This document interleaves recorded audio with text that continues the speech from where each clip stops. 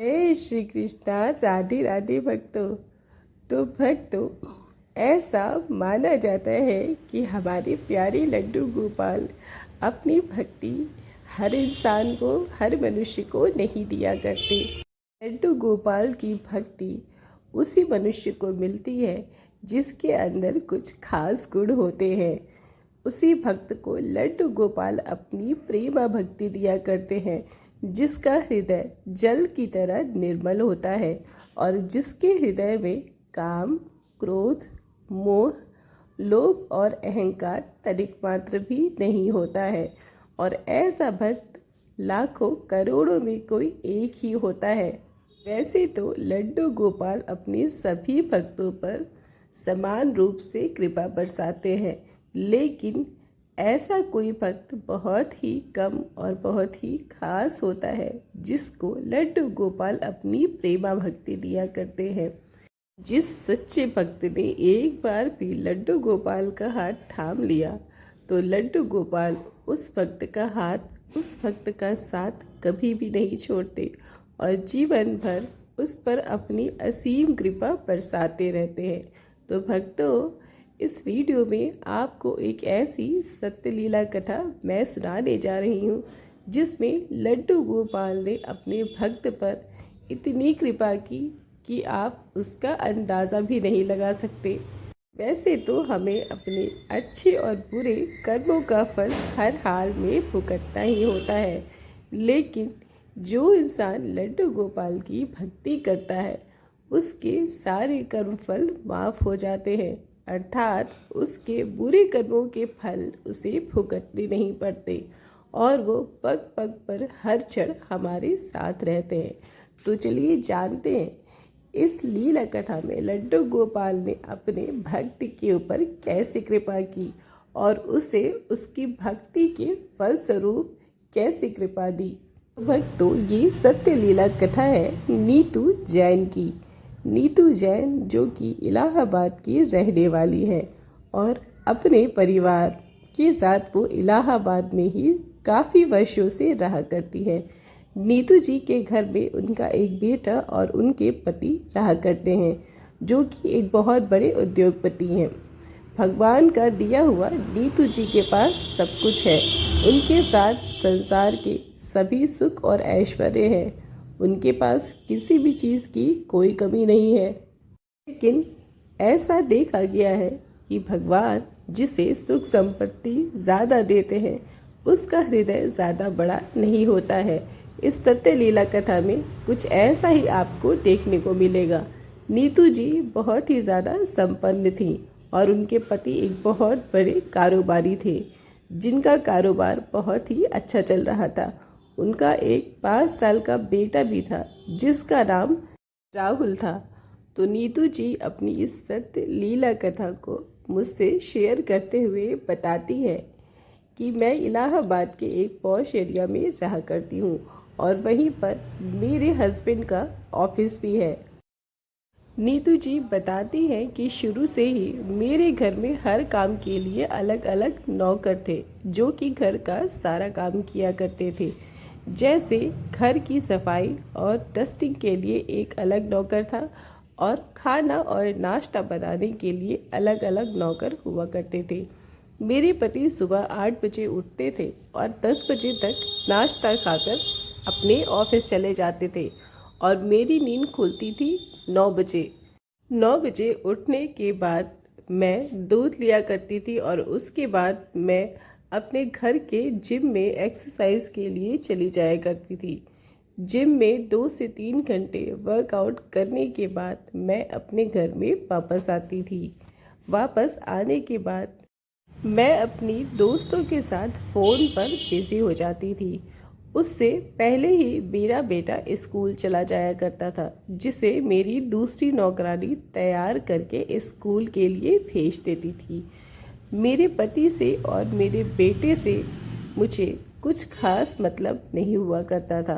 वे अपनी टाइम से ऑफिस और स्कूल जाया करते थे और मैं अपनी रूटीन में बिज़ी रहती थी।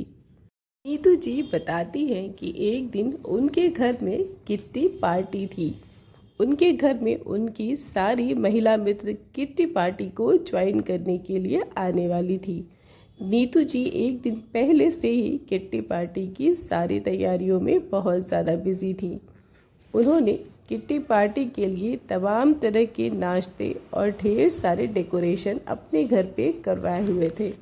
उनकी किट्टी पार्टी शाम को 5 बजे शुरू होने वाली थी और 4:30 बजते बजते ही उनकी सारी महिला मित्र उनके घर पे आने लगी।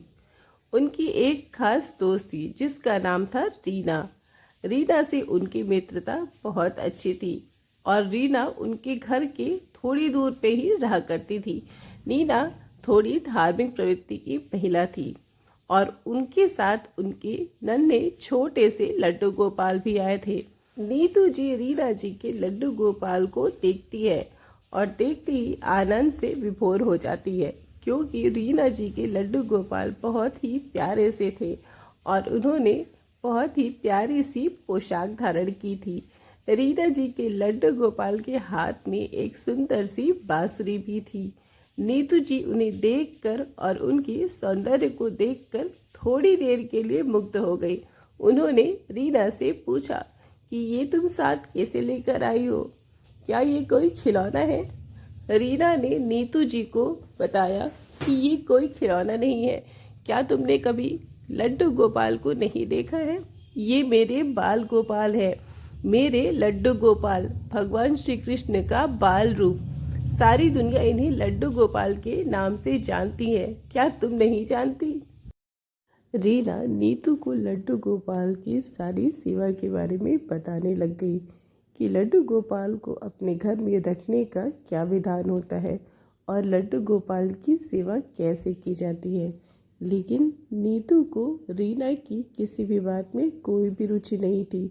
उसे लड्डू गोपाल से और उनकी सेवा से संबंधित बातों में रुचि नहीं आ रही थी और न ही वो उन बातों को सुनकर उनका जवाब देना चाहती थी। रीना नीतू के स्वभाव को बहुत ही अच्छे से जानती थी और उसे समझ आ गया था कि लड्डू गोपाल के बारे में बात करना नीतू को कुछ अच्छा नहीं लग रहा था। नीतू ने अचानक से रीना की बात को बदलते हुए अपनी पहनी हुई महंगी नई साड़ी के बारे में चर्चा शुरू कर दी। उसने रीना से पूछा कि मेरी ये साड़ी कैसी लग रही है? मैंने कल ही इसे एक बड़ी शोरूम से खरीदा है और इसकी कीमत भी बहुत ज़्यादा है। रीना ने उसकी बातों का जवाब देते हुए बोला कि हाँ, तुम्हारी साड़ी बहुत ही अच्छी लग रही है और देखने से ही ऐसा प्रतीत हो रहा है कि इसकी कीमत बहुत ज़्यादा है। नीतू हर समय अपने पैसे का दिखावा अपने दोस्तों और अपने रिश्तेदारों से करती रहती थी। किट्टी पार्टी में नाश्ता कराने के बाद वो अपनी सहेलियों को अपना बंगला दिखाने के लिए लेकर जाती है और अपनी सारी किट्टी मेंबर्स को वो अपना पूरा घर दिखाती है। पार्टी के समाप्त होने के बाद सारे मेंबर्स अपने अपने घर चले जाते हैं और नीतू भी अपने रूम में सोने के लिए जाने लगती है। जाते जाते वो अपनी नौकरानी को ऑर्डर देती है कि वो ड्राइंग रूम की सफाई अच्छे से कर दे और सारे झूठे बर्तनों को हटाकर साफ करके रख दे। वो खुद भी खाना खा के सोने चली जाती है। उसे इस बात की फिक्र बिल्कुल नहीं रहती कि उसके बेटे ने खाना खाया या फिर नहीं खाया। वो अपने कमरे में जाकर सो जाती है। अगले दिन सुबह जब वो 9 बजे सोकर उठती है तो उसके पति अपने ऑफिस जा चुके होते हैं और उसका बेटा स्कूल जा चुका होता है। घर में नौकरों के साथ नीतू अकेले रहती है। 9 बजे उठने के बाद वो फ्रेश होने के लिए चली जाती है और फिर नाश्ता करके खुद भी रेडी हो जाती है। लेकिन नीतू को अंदर ही अंदर एक बात खाए जा रही थी और वो ये थी कि उसके पास दिखाने के लिए कोई लड्डू गोपाल नहीं है। नीतू ने तो रात में ही सोच लिया था कि मैं भी एक बहुत ही सुंदर और महंगे लड्डू गोपाल को खरीदूंगी और उन्हें हर जगह अपने साथ लेकर जाऊंगी। उन्हें महंगी महंगी पोशाकें और सोने के असली आभूषण पहनाऊंगी और हर जगह अपने साथ लेकर जाऊंगी, जिससे सारे लोग उसके लड्डू गोपाल को देखकर नीतू को बहुत ही ज़्यादा अमीर समझें। नीतू ने अगले ही दिन सोनार की दुकान पे सोने के एक लड्डू गोपाल के लिए ऑर्डर दे दिया। नीतू ने किट्टी पार्टी में रीना के लड्डू गोपाल की फ़ोटो ले रखी थी और इसीलिए दुकान पर ऑर्डर देते समय नीतू ने कारीगर से ये ही बोला कि ये लड्डू गोपाल बिल्कुल ऐसे ही बनने चाहिए, बस इनका साइज़ बहुत बड़ा होना चाहिए। ऑर्डर के मुताबिक कारीगर ने नीतू से बोला कि ठीक है मैडम, जैसा भी आप कह रही हैं ठीक वैसा ही बना के मैं आपको 1 हफ्ते के अंदर दे दूंगा। ऑर्डर देने के बाद नीतू अपने घर चली जाती है। के रेडी हो जाने का बहुत इंतज़ार रहता है और उसके मन में बहुत ही ज़्यादा उत्सुकता रहती है कि वो लड्डू गोपाल को जल्दी से अपने घर लेकर आए। लेकिन इसका मतलब ये बिल्कुल नहीं है कि नीतू को उनकी पूजा और उनकी भक्ति में कोई आस्था थी। लड्डू गोपाल तो नीतू के लिए सिर्फ एक दिखावा और एक सजावट की चीज़ ही मात्र थे। 1 हफ्ता बीत जाता है और नीतू फिर से अपने सुनार को फ़ोन लगाती है। फ़ोन पर नीतू ने सुनार भाई से पूछा कि क्या मेरे गोपाल जी तैयार हो गए हैं।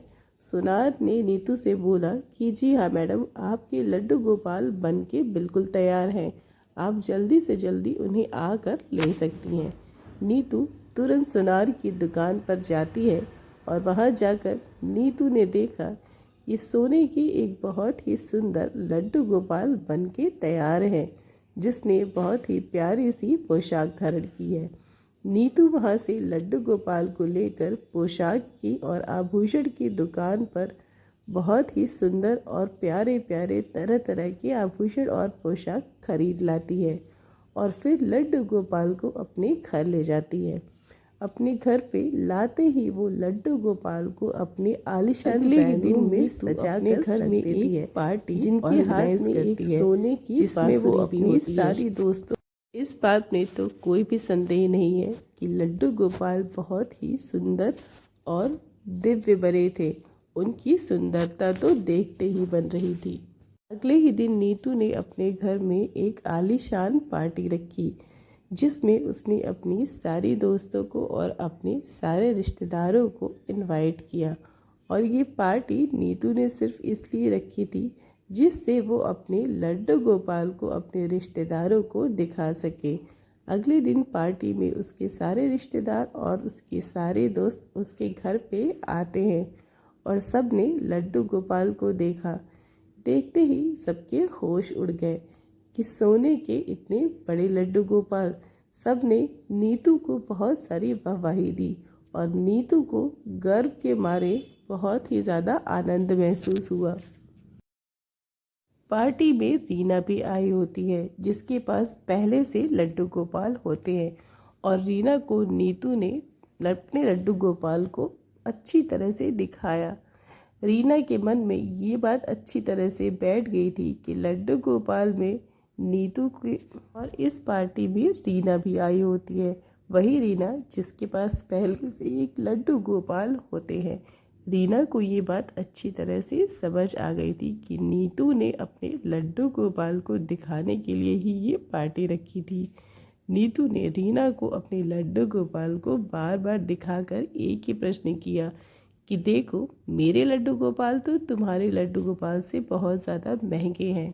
तुम्हारे लड्डू गोपाल तो पीतल के हैं, लेकिन मेरे लड्डू गोपाल शुद्ध सोने के बने हुए हैं और इनकी कीमत लाखों में है। रीना को ये बात बहुत ही अजीब लगी कि उसके लड्डू गोपाल के बारे में कोई ऐसी बातें कर रहा है, क्योंकि रीना लड्डू गोपाल की परम भक्ति थी। उसे भक्ति का दिखावा करना बिल्कुल नहीं आता था। रीना ने नीतू को समझाया कि देखो, लड्डू गोपाल कोई सजावट की चीज़ नहीं है। लड्डू गोपाल तो भगवान श्री कृष्ण का नन्हा रूप है, वो साक्षात भगवान कृष्ण है। सेवा तो सजावट की चीज़ है और ना ही गोपाल तुम्हारे ऊपर स्टेटस दिखाने की चीज़ है। इसलिए नीतू को लड्डू रीना गोपाल की ये को बात घर लाने बिल्कुल के अच्छी बाद नहीं लगी। उनकी नीतू ने बहुत ही रीना ज्यादा से हंसते हुए बोला सेवा करनी कि पड़ती अरे है, मुझे तुम किसी सेवा भगवान के बारे में किसी कोई से जरूरत नहीं है, पूछ जरूर लेना क्योंकि और मेरे जल्दी ही पास लड्डू वो गोपाल सब की कुछ सेवा है शुरू जो कर एक दो। इंसान को ऐशो आराम का जीवन जीने के लिए चाहिए होता है। ये छोटी सी मूर्ति आखिर मुझे क्या देगी? मुझे किसी से कुछ भी नहीं चाहिए। रीना को नीतू की ये सारी बातें बहुत ही गंदी लगती हैं, इसलिए वो वहाँ से उठकर अपने घर जाने के लिए रवाना हो जाती है। उनके सारे रिश्तेदार अपने घर चले जाते हैं। अगले दिन से नीतू को लड्डू गोपाल की कोई भी फिक्र नहीं होती है। वो तो ये भी भूल जाती है कि उसके घर में लड्डू गोपाल का कोई श्री विग्रह भी है। नीतू अपने डेली के रूटीन में और कामों में लग जाती है। वो घर पे बहुत ही कम रहा करती है। ज़्यादातर वो अपनी सहेलियों के घर या तो शॉपिंग में बिजी रहा करती है। लेकिन नीतू का बेटा लड्डू गोपाल को देखकर बहुत ही ज़्यादा प्रसन्न होता है, क्योंकि बच्चों का हृदय बहुत ही ज़्यादा स्वच्छ और कोमल होता है, इसलिए वो किसी भी चीज़ को बहुत ही जल्दी अपना लेते हैं। राहुल को लड्डू गोपाल की मधुर मुस्कान बहुत अच्छी लगती है। जब भी नीतू बाहर रहा करती है तो वो लड्डू गोपाल के साथ अक्सर खेला करता है। और एक बार जब नीतू घर आई तो राहुल ने अपनी माँ नीतू से एक बहुत ही अजीब सी बात बताई। राहुल ने नीतू से बोला कि माँ, आपको पता है आपने जो लड्डू गोपाल घर पे ले आया है वो रोज़ मेरे साथ खेला करते हैं। नीतू ने राहुल की बात को अनसुना कर दिया, और जब राहुल ने बार बार इस बात को नीतू से बताना चाहा तो नीतू को बहुत ही ज़्यादा गुस्सा आया और उसने अपने बेटे राहुल, लेकिन राहुल ने नीतू से ये बात यूं ही नहीं बोली थी। राहुल की बातों में 100% सच्चाई थी। राहुल जब भी स्कूल जाया करता था तो वो अपनी बॉल छत पे छोड़ कर जाता था, और जब भी स्कूल से वापस आता था तो उसे उसकी बॉल लड्डू गोपाल के पास मिला करती थी। शुरुआत में 2-3 दिन तो राहुल ने इस बात पे गौर नहीं किया, लेकिन जब ये घटना रोज़ होने लगी तो राहुल को ऐसा लगने लगा कि उसकी गैर हाजिरी में लड्डू गोपाल उसकी बॉल से खेला करते हैं। इसलिए राहुल को ऐसा लगने लगा था कि उसके लड्डू गोपाल एक छोटे बच्चे की तरह उससे घुलने मिलने लगे हैं, और जब भी राहुल उनकी तरफ निहारा करता लड्डू गोपाल एक मधुर मुस्कान के साथ उसकी ओर देखते। इसलिए राहुल को उनको निहारने में बहुत आनंद आया करता। राहुल दिन भर उनके साथ अपनी बॉल से भगवान अपने सच्चे भक्त को भक्ति देकर अपनी ओर आकर्षित करने ही लगते हैं। इसलिए राहुल धीरे धीरे लड्डू गोपाल की ओर आकर्षित होने लगा था। राहुल जो भी खाता साथ में अपने लड्डू गोपाल को भी खाने के लिए देता, और देखो लड्डू गोपाल उसके द्वारा दी हुई हर चीज़ को खा भी लेते। राहुल इस बात से बिल्कुल अनजान था, क्योंकि वो नन्हा बच्चा था, इसलिए लड्डू गोपाल की ऐसी क्रियाओं को वो समझ नहीं पा रहा था। लेकिन एक दिन तो हद ही हो गई। राहुल ने एक दिन एक ऐसी घटना को देखा जिसे देखने के बाद उसे समझ में आ गया कि उसके लड्डू गोपाल उसके साथ कोई लीला रच रहे हैं। उसे समझ में आ गया कि ये कोई मामूली मूर्ति नहीं है, ये कोई सजावट की चीज़ नहीं है, ये साक्षात भगवान है जो उसके साथ लीलाएं कर रहे हैं और उसके साथ खेला करते हैं। एक दिन राहुल के साथ एक बहुत ही अजीब सी घटना घटी। राहुल जब रात में लड्डू गोपाल के साथ खेल रहा था, तभी बॉल के लगने की वजह से लड्डू गोपाल की पोशाक थोड़ी सी फट गई, और उसके बाद राहुल अपने कमरे में जाकर सो गया। अगले दिन सुबह राहुल तैयार होकर अपने स्कूल चला गया, और स्कूल से आने के बाद राहुल ने जो देखा वो देखकर तो राहुल को बहुत ही आश्चर्य हुआ। राहुल जब लड्डू गोपाल के कमरे में गया तो राहुल ने देखा कि उसके लड्डू गोपाल ने राहुल की ही पोशाक पहनी हुई है। राहुल देखकर बहुत ही आश्चर्यचकित हुआ और उसने तुरंत अपनी माँ से पूछा कि माँ, तुमने लड्डू गोपाल को मेरी ड्रेस क्यों पहनाई है? क्या लड्डू गोपाल के सारे ड्रेस खत्म हो गए और मेरा ड्रेस लड्डू गोपाल को अटा कैसे? मैं तो बहुत ही पतला हूँ और लड्डू गोपाल तो मोटे हैं, फिर मेरी ड्रेस को लड्डू गोपाल ने कैसे पहन लिया? राहुल बहुत ही ज़्यादा आश्चर्यचकित होकर अपनी माँ से ये बात पूछने लगा। नीतू ने राहुल को ज़ोर से डांटा कि तुम कुछ भी बोलते हो। क्या ऐसा हो सकता है कि लड्डू गोपाल तुम्हारे कपड़े पहने? और मैंने तो लड्डू गोपाल को बहुत दिनों से छुआ भी नहीं है। ऐसा संभव कैसे है? नीतू को राहुल से बोला कि जरा चलो से भी रुचि मैं तुम्हें नहीं आती दिखाता हूँ और कि वो लड्डू उसके साथ गोपाल ने मेरे देखने भी कपड़े नहीं पहने जाती हैं कि लड्डू गोपाल ने क्या पहना है। लेकिन लड्डू गोपाल ने राहुल पर न जाने क्या जादू किया था कि अब वो उनके बिना एक पल भी नहीं रहता था। राहुल लड्डू गोपाल के विग्रह को हमेशा अपनी गोद में लिए रहता था। जब भी वो खाना खाने बैठता था तो साथ में अपने गोपाल जी को भी खिलाया करता था और राहुल रोज़ लड्डू गोपाल की पोशाक भी बदलने लगा था। मानो लड्डू गोपाल ने खुद राहुल को ऐसी भावना दी कि वो उसकी सेवा अपने हिसाब से, अपने भाव से करने लगे और राहुल के साथ ऐसा ही हुआ। राहुल लड्डू गोपाल के साथ दिन भर रहा करता और लड्डू गोपाल उसकी जीवन का एक अभिन्न अंग बन चुके थे। लेकिन अभी भी नीतू के अंदर भक्ति का और सेवा का कोई भी भाव नहीं आया था। नीतू का पूरा समय अभी भी घूमने फिरने और पार्टियों में लगा करता था।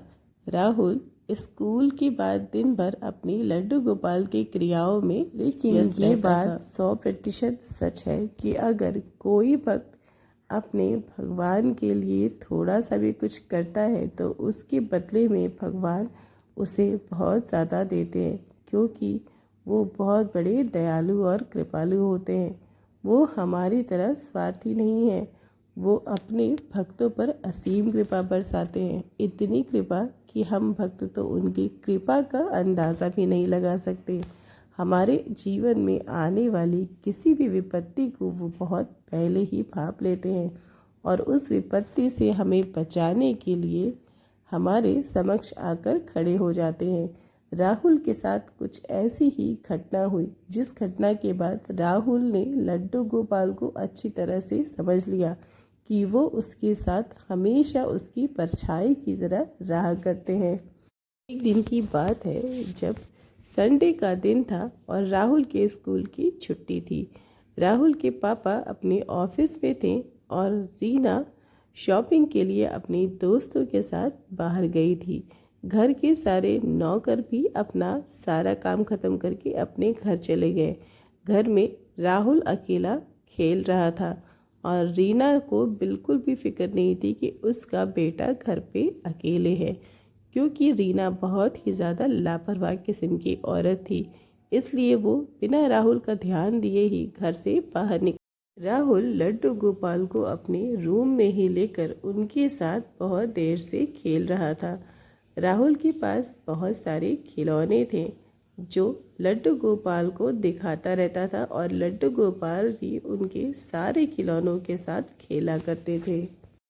थोड़ी देर खेलने के बाद राहुल लड्डू गोपाल को उनके स्थान पे विराजमान कर देता है और उन्हें खाने के लिए अपनी ढेर सारी चॉकलेट दिया करता है। अपनी चॉकलेट राहुल ने लड्डू गोपाल के पास रखने के बाद वो अपने कमरे में आकर लेट गया। बहुत देर तक खेलने के बाद राहुल की आंख लग गई और वो गहरी नींद में सो गया। सोने के आधे घंटे के बाद उसके साथ जो घटना हुई वो बहुत ही ज़्यादा आश्चर्यजनक और हृदय को द्रवित कर देने वाली थी। राहुल को ऐसा लगा जैसे वो किसी गर्म चीज़ के पास लेटा हुआ है। उसे बहुत ही ज़्यादा गर्मी महसूस हो रही थी और उसके शरीर में बहुत ज़्यादा पसीना हो रहा था। राहुल गहरी नींद में था, इसलिए उसे कुछ भी नहीं पता था कि क्या हो रहा है। पूरे घर में सन्नाटा था। राहुल की माँ रीना और सारे नौकर घर से बाहर थे। राहुल के पापा भी अपने ऑफिस में थे, जो कि रोज़ की तरह अपना काम कर रहे थे। हर इंसान राहुल की स्थिति से अनजान था और किसी को भी ये नहीं पता था कि राहुल के साथ घर पे क्या हो रहा है, वो किस स्थिति में है। इस बात की चिंता किसी को भी नहीं थी। राहुल गहरी नींद में सो रहा था और तभी उसे अपने पास आग लगने का अंदाज़ा होता है। राहुल जब उठता है तो वो देखता है कि उसके चारों तरफ तेज़ लपटें उठ रही हैं और वो घबरा जाता है, बहुत ही ज़्यादा डर जाता है। उसे पसीने होने लगते हैं और वो चिल्लाकर रोने लगता है। रोते रोते वो अपनी माँ को पुकारता है कि माँ, तुम कहाँ हो? मुझे बहुत डर लग रहा है, मुझे बचाओ, मैं जल जाऊंगा। वो डर के मारे चिल्ला चिल्ला के अपनी माँ को पुकारने लगता है, लेकिन उसकी माँ तो तब आती जब वो घर में होती। पूरे घर में कोई भी नहीं था और शॉर्ट सर्किट होने की वजह से घर में पूरी तरह से आग लगी थी। चारों तरफ हर चीज़ धू धू कर जल रही थी और घर से तेज़ धुआं बाहर की तरफ निकल रहा था। अब राहुल को कुछ भी समझ में नहीं आ रहा था। राहुल बेहोश हो गया क्योंकि वो इतनी तेज़ आग को देखकर डर चुका था। थोड़ी देर के बाद राहुल को होश आया तो राहुल ने देखा कि उसके चारों तरफ की सारी आग ठंडी हो चुकी है और उसके सामने उसके प्यारे लड्डू गोपाल बैठे हुए हैं। राहुल लड्डू गोपाल को देखकर आश्चर्यचकित हो जाता है, लेकिन अभी भी वो इतना ज़्यादा डरा हुआ था कि उसे ऐसा महसूस हो रहा था मानो मैं तेज़ आग की लपट में जल रहा हूँ और मेरे शरीर में जलन हो रही है। राहुल लड्डू गोपाल को देखकर उठकर बैठ जाता है और उनके चेहरे को देखने के बाद वो उनके सौंदर्य में खो जाता है। वो इस बात को भूल जाता है कि घर में आग लगी है। कुछ सेकंड के बाद राहुल देखता है कि सारी आग अपने आप ठंडी हो चुकी है और सब कुछ वैसे ही हो गया है जैसे पहले था। कहीं कोई भी आग नहीं है और ना ही कोई चीज़ जली हुई है। राहुल बहुत ही ज़्यादा आश्चर्यचकित हो जाता है। उसके दिमाग में उस समय सिर्फ पहली बात यही आती है कि मेरे लड्डू गोपाल यहाँ पर कैसे आ गए।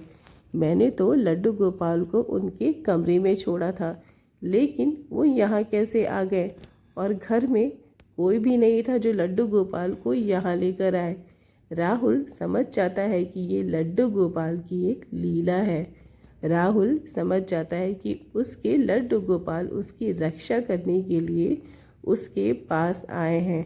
राहुल रोने लगता है और लड्डू गोपाल को अपने सीने से लगा लेता है, मानो एक छोटा बच्चा अपनी माँ से लिपट कर रो रहा हो। और जब वो लड्डू गोपाल को अपने सीने से लगाता है तो उसे बहुत ही ज़्यादा आनंद महसूस होता है।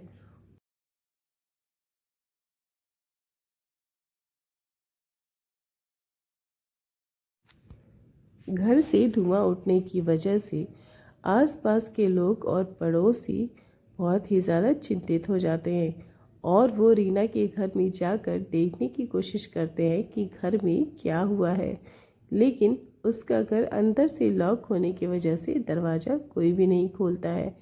एक बगल में रहने वाली महिला ने नीतू को फ़ोन किया और नीतू से कहा कि तुम कहाँ हो, तुम ठीक तो हो ना? तुम्हारे घर से तेज़ धुआं आ रहा है और मुझे ऐसा लग रहा है जैसे तुम्हारे घर में आग लगी हो। ये बात सुनते ही नीतू के होश उड़ जाते हैं। वो भागी भागी अपने घर आती है और घर आते ही नीतू ने जो नज़ारा देखता है वो घर पर आते ही नीतू ने जो नज़ारा देखा वो देखते ही नीतू के होश उड़ जाते हैं। नीतू ने देखा कि उसका आलीशान सुंदर मकान आग में झुलस गया है और हर जगह से काला धुआं निकल रहा है। नीतू समझ गई कि घर पूरी तरह से जल चुका है, लेकिन उसे अपने बेटे की फिक्र हो रही थी कि मेरा बेटा न जाने किस हालत में होगा। कहीं ऐसा तो नहीं कि वो भी घर में पूरी तरह से जल गया है। नीतू को ऐसा लगने लगा कि मैं अब अपने बच्चे को खो चुकी हूँ, मेरा बेटा कभी भी मेरे पास नहीं आएगा। नीतू घर में अंदर जाने की कोशिश करती है, लेकिन आग इतनी तेज थी कि वो अंदर नहीं जा पाती है। किसी तरह से पड़ोसियों की मदद से वो आग को बुझाकर घर में अंदर जाती है तो उसने देखा कि उसका राहुल अपने कमरे में बिल्कुल सुरक्षित बैठा हुआ है। राहुल को देखते ही उसकी जान में जान आई, लेकिन उसके साथ ही नीतू ने जो देखा उसके बारे में तो उसने कभी सोचा ही नहीं था। नीतू ने एक ऐसा नज़ारा देखा जो उसने पहले कभी भी अपने जीवन में देखा नहीं था। नीतू ने देखा कि राहुल अपनी गोद में लड्डू गोपाल को अपने सीने से चिपकाए बैठा हुआ है और राहुल को एक खरोच भी नहीं आई है। वो बिल्कुल वैसा ही है जैसा जाते समय वो राहुल को घर पे छोड़ के गई थी। राहुल बिल्कुल ठीक था और वो लड्डू गोपाल को अपने सीने से चिपका कर चुपचाप बैठा हुआ था। नीतू को देखते ही राहुल उठ खड़ा होता है और अपनी माँ से जाकर लिपट जाता है। नीतू को समझ में आ गया कि लड्डू गोपाल साक्षात भगवान है। उसके घर में साक्षात भगवान विराजमान है, लेकिन नीतू को उनकी उपस्थिति का कोई भी मोल नहीं है। नीतू उनके मूल्य को, उनकी कृपा को अभी तक तो न समझ पाई थी, लेकिन इस घटना के बाद नीतू बहुत अच्छी तरह से समझ गई कि उसके जीवन में लड्डू गोपाल कितना बड़ा परिवर्तन लेके आए हैं। नीतू उसी दिन से लड्डू गोपाल की परम भक्त बन गई और अपने तन मन धन से लड्डू गोपाल की सेवा में लग गई। नीतू और उसका बेटा राहुल, ये दोनों लड्डू गोपाल के साथ अपनी दिनचर्या को शुरू करते और उन्हीं के साथ उनकी दिनचर्या पूरा हुआ करती। जीवन में घटी इस घटना का वर्णन करते हुए मुझसे कहती हैं कि लड्डू गोपाल ने मेरी आंखें खोल दी। अगर मैंने लड्डू गोपाल को अपने घर में नहीं लाया होता तो ना ही मेरा बेटा आज जिंदा होता और ना ही मेरे दिमाग पे से इन काम, क्रोध और अहंकार की पट्टी को मैं कभी हटा पाती, क्योंकि मैं बहुत ही ज़्यादा लोभी और अहंकारी हो गई थी। मुझे इस बात का अंदाज़ा बिल्कुल भी नहीं था कि इस संसार में धन दौलत से भी बड़ी कोई चीज़ होती है। वो लड्डू गोपाल का धन्यवाद प्रकट करते हुए कहती है कि मैंने शायद पूर्व जन्म में बहुत सारे पुण्य किए थे जो मुझे इस जन्म में मेरे लड्डू गोपाल मिले। मेरे लड्डू गोपाल की भक्ति मिली। मुझ पर भगवान लड्डू गोपाल और श्री कृष्ण की बहुत कृपा है। नीतू और उसका बेटा राहुल लड्डू गोपाल के कृपालु भक्त बन गए और पूरे हृदय से लड्डू गोपाल की सेवा करने लगे। जय जय श्री राधे श्याम। जैन की इस सत्य लीला कथा से ये संदेश ज़रूर मिलता है कि इस संसार में हम कितना भी धन कमा लें, हम कितनी भी शोहरत कमा लें, लेकिन एक सच्चा भक्त बनने के लिए हमें अपने अहंकार को ज़रूर छोड़ना पड़ेगा। और अगर हमारे मन में ज़री सी भी निश्चलता और ज़रा सी भी सच्चाई है तो भगवान हमारी भक्ति को ज़रूर अपनाएंगे और अपनी कृपा हम पर ज़रूर करेंगे। तो बाके बिहारी लाल की जय।